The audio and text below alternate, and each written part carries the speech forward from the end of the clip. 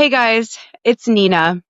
I haven't really seen or talked to you in quite some time. There's been a lot going on. Right now, I am on the rooftop of my building and it's hot out here, but a lot of things have been on my mind and I felt like it's the time. It's the time to have a conversation. I brought my glass of wine out.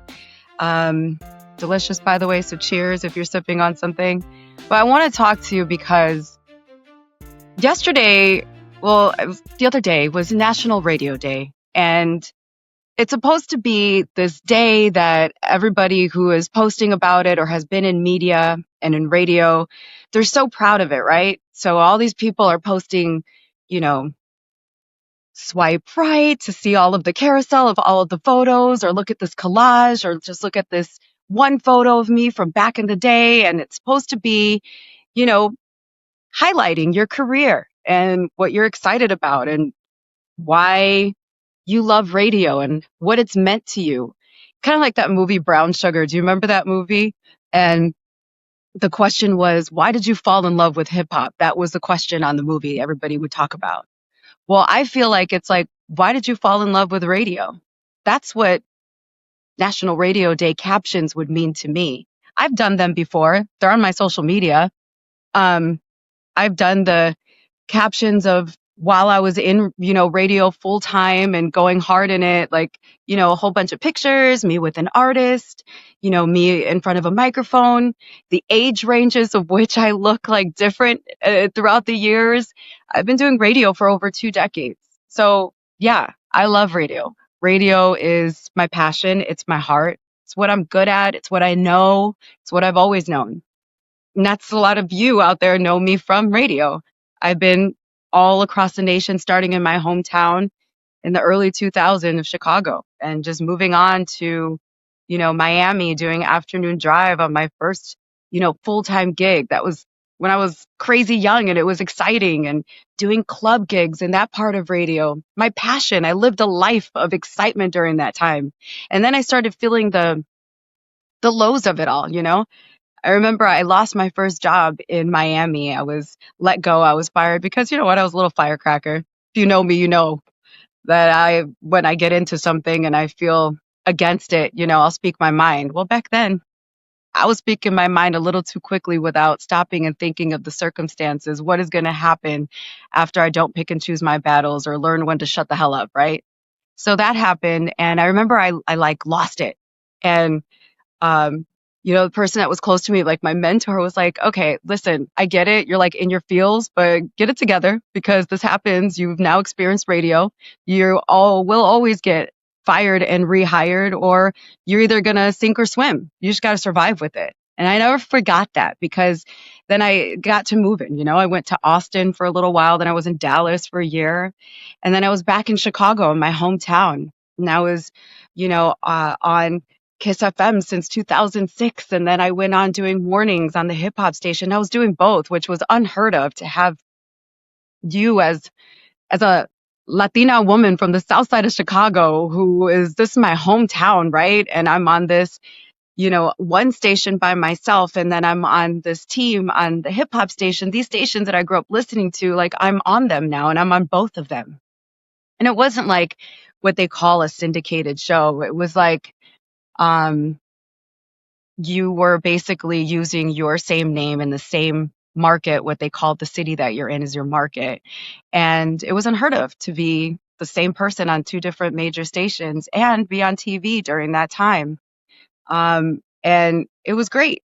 And then for those of you who wondered what happened to Nina after she left Chicago in like 2014, well, I ended up um, getting moved from my company to Los Angeles, which is where I am now. I've been here for over 10 years. I've been in LA and I love it. I love LA. But I also love my life experiences in this business. So when I started telling you about why I decided to talk to you today, and it was because of National Radio Day, and seeing all of these pictures and all of these people posting all of these photos with long captions about why they have this passion for radio. I was asked, why didn't you post anything for National Radio Day? My answer is because I don't feel like it. And I don't feel the way other people feel about it right now. I feel like in a relationship, have you ever had somebody tell you that I love you, but I'm just not in love with you anymore? Do you know how much that hurts? It hurts me to tell you this, and I'm getting a little emotional saying it, so I'm going to take a sip of my wine because we're not doing that right now. But I feel like that because radio is my love, and I do love it. I just don't love what it's become. And I know a lot of you out there that have been in radio, you know what that feels like, right? I don't like what it's become. I feel like it was so intoxicating and positive and community based and talking to listeners and speaking your mind and, having fun with it. And then it just turned into what I started to see when I started climbing the ranks. It's like you start climbing the ladder, as you can say, and going to these higher markets. And you start to realize that it's fake, shady, become corporate, become political. It's become something that started to phase me as feeling like I'm not getting what I deserve. And I'm not the one. Like, I'm not like that. Don't treat me like I don't know my worth. I can't very well be the woman who, by the way, if you ever listen to me on the air, like throughout the years, you already know that I am the person who encourages you to know your worth, whether it be in a relationship or in a job or whatever the case may be, whatever scenario is. I'm all about telling you, know your worth and never let anybody make you doubt yourself or make you feel less than. Well, I started feeling that. And I started feeling that when I started seeing that I'm in such a high market. I've climbed the ladder. I have paid my dues. A lot of these new radio personalities, let's be honest, have not paid their dues. But you don't know what happens in the background with some of them. You don't know how much they're actually getting paid. You don't know why the radio personalities that are actually really experienced, really good, names that you remember and listen to, where did they go? A lot of them are gone because these corporations didn't want to pay them what they're worth. And that happened to me. And I'm not here for it. I'm not going to very well feel like I know that. I remember I was going to get my contract renegotiated, right? And I was like, okay, the numbers on this and the terms of the years and all that, they didn't match what I felt I was worth. And I know what city I'm in. I know how expensive it is. I know how long I've been in radio. I know what I'm supposed to be getting paid. And basically they were like, oh, we don't have the budget, right? Well, a lot of you out there in radio know the answer to that. You know that they're not going to budge and that they make you feel like you should just be happy to be here. They made me feel like I should just be happy to be here. I wasn't happy to be here anymore because I was doing so much work. Because now they're firing bodies, full-time salaries, and all of these different markets because Nina in LA could do that person's job and we're going to have an intern or a part-time person run that show for like pennies, right? And maybe not pennies, but you know what I'm saying. And so now we don't need to pay a salary. But that person is still a name. That person can still bring in advertising dollars. That person is not getting those advertising dollars. That person is not getting the endorsements or not getting paid the way that they should be getting paid.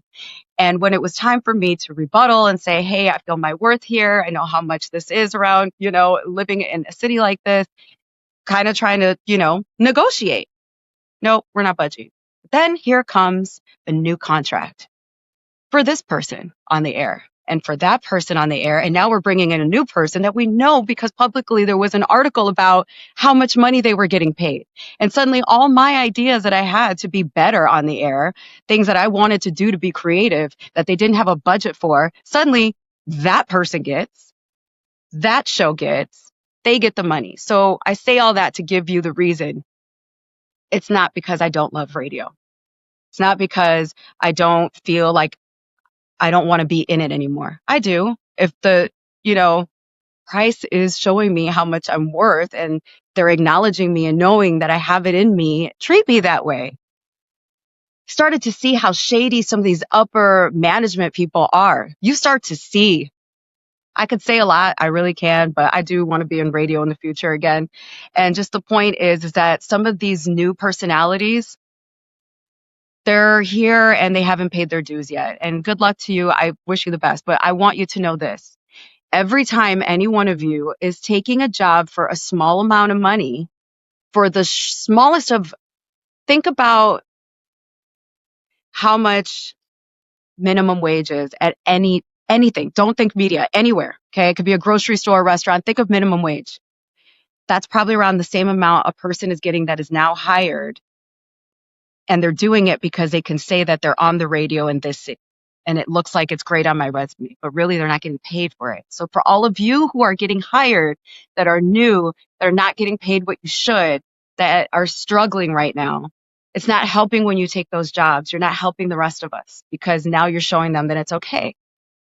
And it's not. There's a lot of us out there that are talented that still love it, but we just know our worth and we don't want to do it.